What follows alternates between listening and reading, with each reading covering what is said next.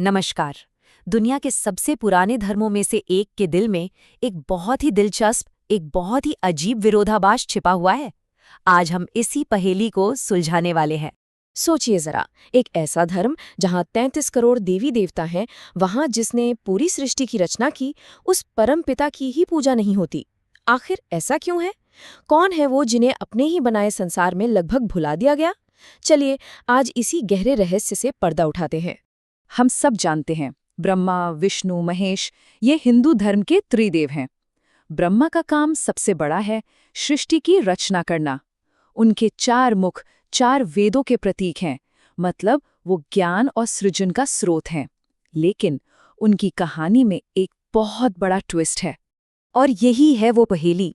इतने बड़े देवता, लेकिन मंदिर सिर्फ एक प्रमुख मंदिर जो पूरी दुनिया में मशहूर है। आखिर ऐसा क्या हुआ कि जिन्होंने सब कुछ बनाया, उन्हीं की पूजा इतनी सीमित हो गई? वजह एक नहीं है, इसके पीछे कई दिलचस्प कहानियां छिपी हैं। तो हमारी खोज का पहला सिरा हमें सीधा उसी मशहूर मंदिर पुष्कर की कहानी तक ले जाता है। ये कहानी एक महान यज्ञ से शुरू होती है, लेकिन इसका अंत होता है एक भयानक श्राप पर। तो होता यूं है कि ब्रह्मा जी के हाथ से एक कमल का फूल पृथ्वी पर गिरता है, और जहां वो गिरता है वहां बन जाती हैं पुष्कर की पवित्र झीलें। ब्रह्मा जी ने तय किया कि इसी पवित्र जगह पर विश्व कल्याण के लिए एक बहुत बड़ा यज्ञ किया जाए। अब देखिए, यज्ञ में पत्नी का साथ बैठना जरूरी होता है, लेकिन उनकी पत्नी देवी सावित्री को आने में कुछ देर हो गई और शुभ मुहूर्त बीता जा रहा था। तो यज्ञ को समय पर पूरा करने के लिए ब्रह्मा जी ने एक स्थानीय कन्या गायत्री से विवाह कर लिया। जरा उस पल की कल्पना कीजिए। देवी सावित्री यज्ञ स्थल पर पहुंचती हैं और देखती हैं कि उनके स्थान पर उनके पति के साथ कोई और स्त्री बैठी है। बस उनका गुस्सा 7वें आसमान पर पहुंच गया और उसी क्रोध की आग से निकला एक ऐसा श्राप जिसने सब कुछ बदल के रख दिया। जाओ, तुम जगत के निर्माता हो सकते हो, लेकिन इस धरती पर पुष्कर को छोड़कर तुम्हारी पूजा और कहीं नहीं होगी। तो ये था वो श्राप। पत्नी के क्रोध ने ब्रह्मा की पूजा को सिर्फ एक ही जगह, पुष्कर तक सीमित कर दिया। यही वजह है कि उनका सबसे बड़ा मंदिर आज वहीं है। पर रुकिए, अगर आपको लग रहा है कि कहानी बस इतनी ही है, तो ऐसा नहीं है। ये तो रहस्य का सिर्फ एक हिस्सा था। एक और कथा है, एक और श्राप है जो इससे भी कहीं ज्यादा शक्तिशाली था।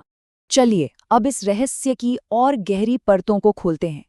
ये कहानी है अहंकार की, एक दिव्य मुकाबले की, और एक ऐसे झूठ की जिसने एक देवता की किस्मत पर हमेशा के लिए ताला लगा दिया।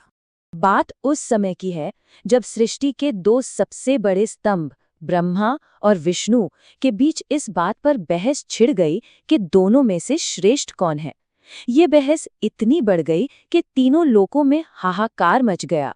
इस विवाद को सुलझाने के लिए भगवान शिव एक विशाल अनंत अग्नि स्तंभ यानी ज्योतिर्लिंग के रूप में प्रकट हुए, और उन्होंने एक चुनौती रखी। जो भी इस प्रकाश स्तंभ का आदि या अंत खोज लेगा, वही सर्वश्रेष्ठ माना जाएगा। ये सिर्फ एक मुकाबला नहीं था, ये सत्य और विनम्रता की परीक्षा थी। भगवान विष्णु ने वराह का रूप लिया और स्तंभ का निचला सिरा खोजने नीचे की ओर चल पड़े। हजारों साल बाद लौटकर उन्होंने सच कहा, मैं इसका अंत नहीं पा सका। उन्होंने अपनी हार मान ली। वहीं ब्रह्मा हंस बनकर ऊपर की ओर गए, लेकिन उन्हें भी शिखर नहीं मिला। पर उन्होंने अहंकार में एक झूठ बोल दिया। रास्ते में उन्हें केतकी का फूल मिला और उन्होंने उस फूल को झूठी गवाही देने के लिए मना लिया कि ब्रह्मा ने शिखर देख लिया है। और बस उसी अग्नि स्तंभ से स्वयं महादेव प्रकट हुए। इस झूठ और अहंकार को देखकर वो क्रोधित हो गए और उन्होंने ब्रह्मा को श्राप दिया कि तुम्हारे इस असत्य के कारण आज से संसार में तुम्हारी पूजा नहीं होगी, और साथ ही झूठी गवाही देने वाले केतकी के फूल को भी अपनी पूजा से हमेशा के लिए वर्जित कर दिया। यही वजह है कि आज भी शिवलिंग पर कभी केतकी का फूल नहीं चढ़ाया जाता। तो क्या ब्रह्मा की पूजा ना होने के पीछे सिर्फ ये 2 श्राप ही हैं, या फिर कुछ गहरे दार्शनिक कारण भी हैं? चलिए अब इन कहानियों से थोड़ा आगे बढ़ते हैं और कुछ और सिद्धांतों को समझते हैं। देखिए, श्रापों के अलावा कुछ और भी तर्क दिए जाते हैं। एक तर्क ये है कि ब्रह्मा का काम यानी सृष्टि की रचना अब पूरा हो चुका है, इसलिए लोग उन देवताओं की पूजा करते हैं जो वर्तमान में सक्रिय हैं, जैसे पालन करने वाले विष्णु और संहार करने वाले शिव। एक और कहानी उनके 5वें सिर से जुड़ी है, जिसे शिव ने उनके एक अनुचित कार्य के कारण काट दिया था, जिससे उनकी प्रतिष्ठा को बहुत ठेस पहुंची। तो हमने 2 शक्तिशाली श्राप देखे और कुछ गहरे दार्शनिक कारण भी समझे। आइए अब इन सभी सुरागों को एक साथ जोड़कर इस रहस्य का पर्दाफाश करते हैं।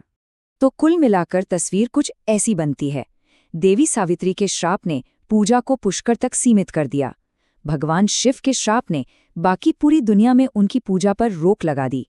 और समय के साथ साथ दार्शनिक विचारों ने भी उनकी पूजा को कम प्रासंगिक बना दिया, क्योंकि उनका मुख्य कार्य तो पूरा हो चुका था। हाँ, एक बात और, हालांकि पुष्कर को एकमात्र ब्रह्मा मंदिर कहा जाता है, लेकिन सच तो ये है कि भारत में कुछ और छोटे, उतने प्रसिद्ध नहीं ब्रह्मा मंदिर भी हैं, जैसे राजस्थान का आसोत्रा मंदिर। पर हाँ, पुष्कर जैसा महत्व और प्रसिद्धि किसी और की नहीं है। और अब सबसे हैरान करने वाली बात, भारत में भले ही ब्रह्मा की पूजा सीमित हो, लेकिन थाईलैंड में उन्हीं का एक रूप फ्रा फ्रॉम बहुत ज्यादा लोकप्रिय है। वहां उन्हें मनोकामना पूरी करने वाले सौभाग्य के देवता के रूप में पूजा जाता है। होटलों और घरों में भी उनके मंदिर हैं। मतलब देखिए कैसे एक ही देवता की कहानी अलग अलग संस्कृतियों में बिल्कुल अलग रूप ले लेती है। तो आखिर में ये सवाल बचता है कि जब कोई निर्माता अपनी ही बनाई हुई दुनिया के केंद्र में न रहे तो इसका क्या मतलब है? ये कहानी सिर्फ एक देवता की नहीं है, ये अहंकार, कर्म, सत्य और समय के साथ बदलती हुई आस्था की भी कहानी है।